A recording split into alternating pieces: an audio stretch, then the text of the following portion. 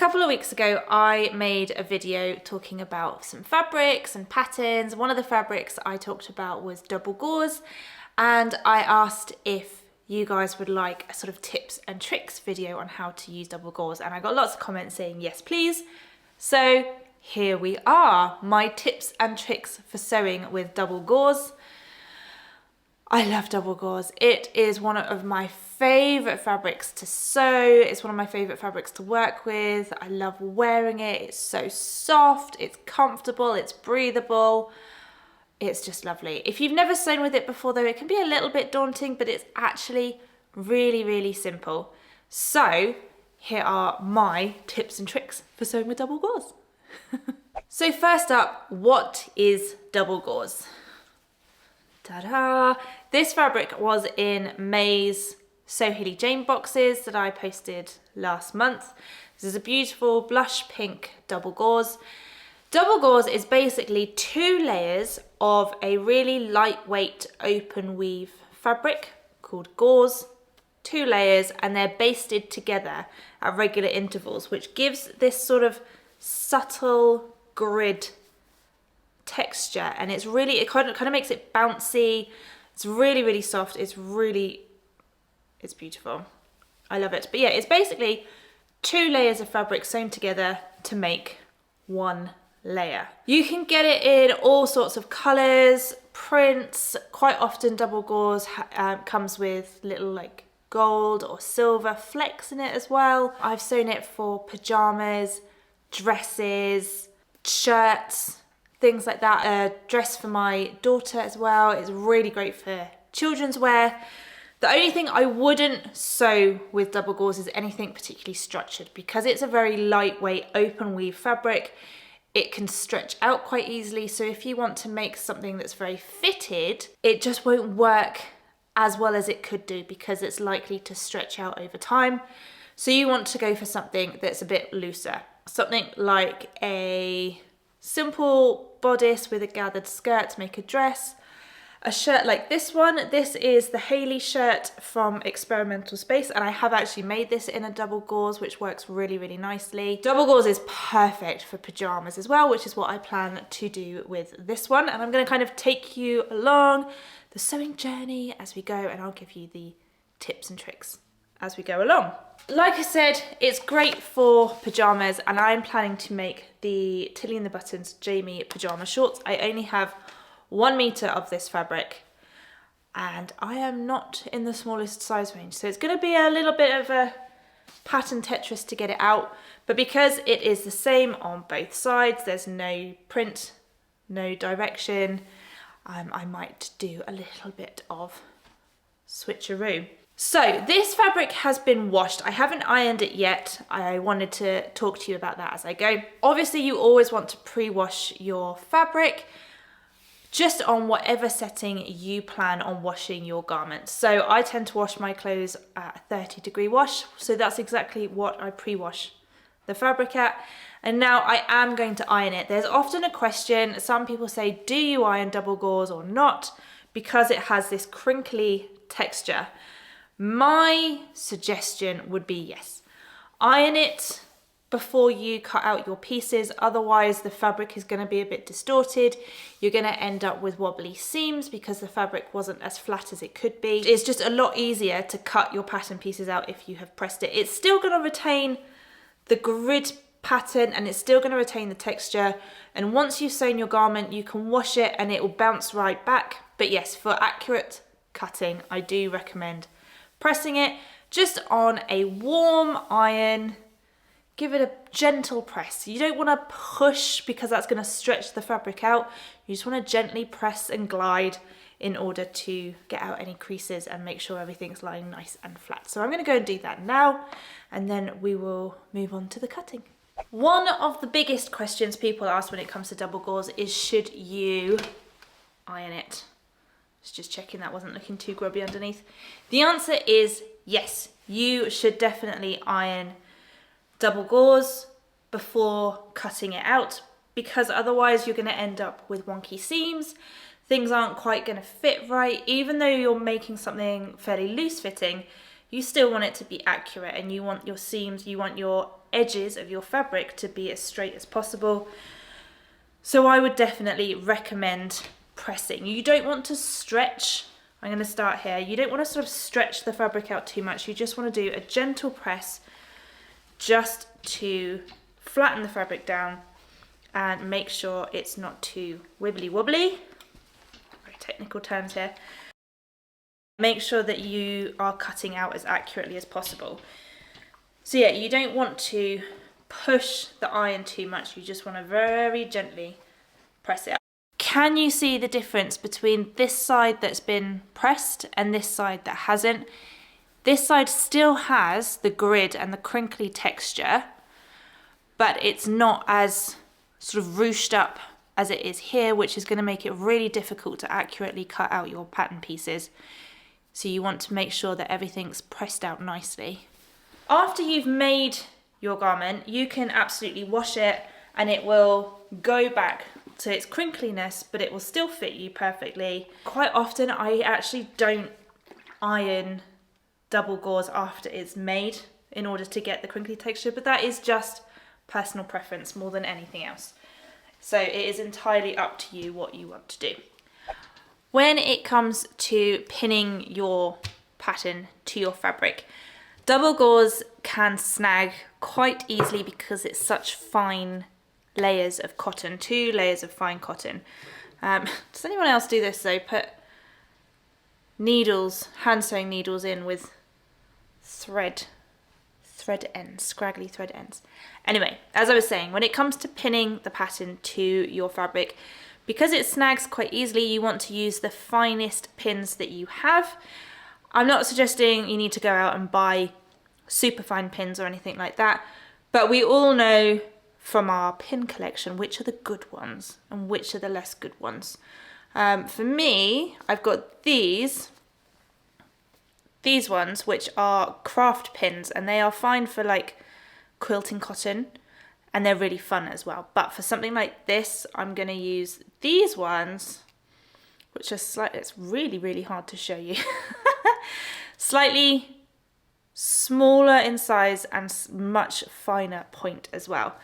And I've got some other ones as well which are good, but you just kind of, you get a feel for your pins, don't you? You kind of know which are the good ones and which are not. So I'm going to use the good pins to pin my pattern in place. Obviously, because of the way double gauze is, it's quite hard to get a nice straight edge on the selvage as well. I would say do your best. Obviously, you don't want your fabric hanging in any weird directions because you've cut out completely on a wonk. But you just want to give it your best effort to get your grain lines nice and straight, running parallel with your selvages. I am being a bit sneaky with this one. In order to fit both short pieces on, I have turned one of the short pattern pieces to cut on the cross grain, which is also fine. It's not going to affect the way it looks or anything like that. Anyway, I am pinning and I'm using the good pins. Obviously, if you are more of a rotary cutter and cutting mat kind of a gal or guy, you can absolutely do that. Make sure your blade is nice and sharp. I prefer old school scissors. I shouldn't be doing that, should I? Okay, I'm all ready to start sewing. Now, as I said before, double gauze is quite fine and quite prone to snagging. So most people would suggest using a universal needle, a size 70 or something like that, relatively fine universal needle.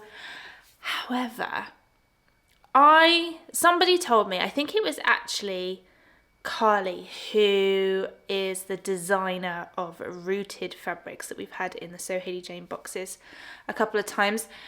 Carly told me that she uses a ballpoint needle for fabrics that are prone to snagging and pulling. And oh my goodness, it works. You know, quite often with like a viscose twill, a crepe or something like that, you'll be sewing and it will pull a thread of the fabric and you'll end up with this like white line going across the fabric. A ballpoint needle, I've been using a ballpoint needle for almost every single project recently, probably the last year actually. I don't think I've switched from a ballpoint needle, and touch wood, I'm not saying it is foolproof, that it won't ever happen, but I have found a lot less snagging since using ballpoint needles. So that's my little tidbit for you. Tidbit. I'm going to start sewing now. So fabric is all pinned together. Now, double gauze does also fray quite easily, so finishing your seams is really, really important.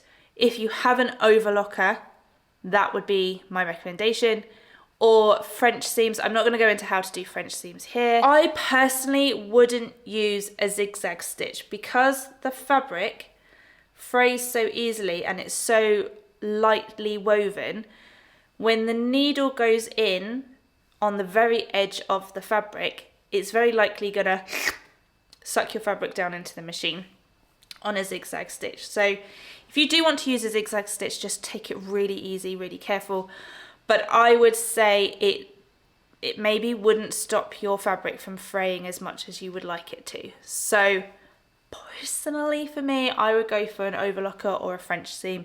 I know a French seam takes a little bit longer, but it's worth it if it stops your fabric fraying and your garment being completely ruined in its first wash. So that's what I'd go for. Right, I'm going to use the overlocker for ease and speed today. Will I get this finished? What time is it? I've got 2 hours before I have to leave to pick Mia up, so it's a bit of a race against the clock. Can I get this sewn in 2 hours?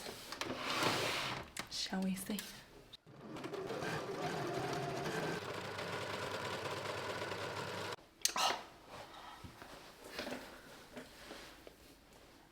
That overlocking seam is a thing of beauty. You can't see it because it's white on pale pink. Let me hide behind the fabric. I'm hiding. Can you see it? You can't see it, but just know I had to change my overlocker threads yesterday because it was a dark blue. So in order to do this, and I've got a couple of other things that I want to make which will need a white overlocker. So I had to change the thread yesterday, and it's one of my least favourite jobs, but it went so smoothly. Literally nothing went wrong, and I think it's the first time ever. It's so good when that happens. And that is beautifully sewn. So I'm going to carry on with the others. I got a pocket full of sunshine. Do, do, do, do, do, do, do, do, do.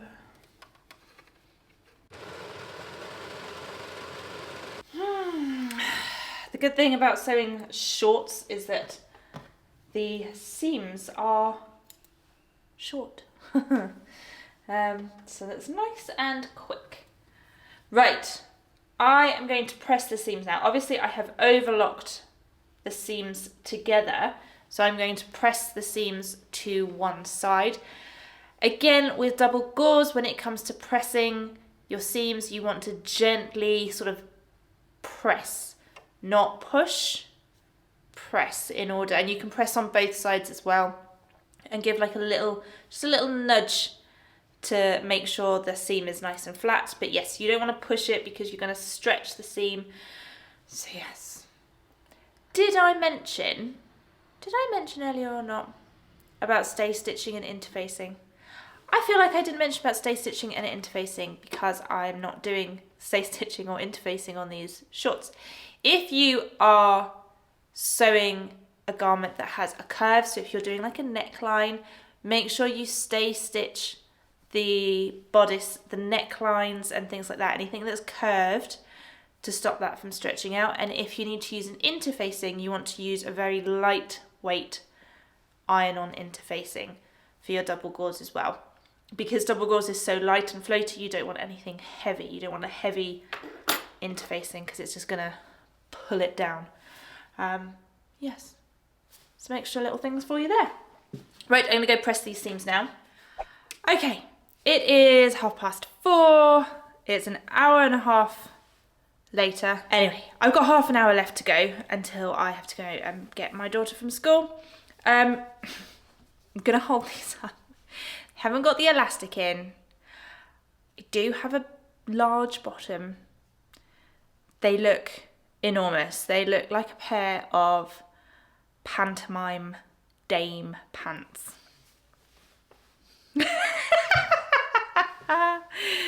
Here are my giant pants, everybody. Anyway, I have nearly finished. So I did, one of the options for these pajama shorts is to do a drawstring opening. So to do that, it's recommended anyway that you add a bit of interfacing to the back. Extra important if you're using double gauze before you do any buttonholes. I have done, like I said, I've done a shirt that's got buttonholes down the front. Interface it. Interface your button placket is very important. I have done one before where I think I didn't interface it. I can't remember. It was a myosotis. I think it was a myosotis dress in a double gauze, and I feel like I didn't interface it, and the machine just chewed it up. So anyway, I think I've slightly misplaced the little buttonholes, the little drawstring opening, because they're a little bit higher up than they should be. They should be a bit more central here. But I'm going to add my waistband, my elastic case to it. I'm going to add my elastic to the waistband channel now with the old good old safety pin trick. I don't think, I keep looking at my watch, it's out of battery. I don't think I am going to get the hem done today, but hopefully this video has been useful for those of you who wanted some tips and tricks on sewing with double gauze. That was the whole point of the video.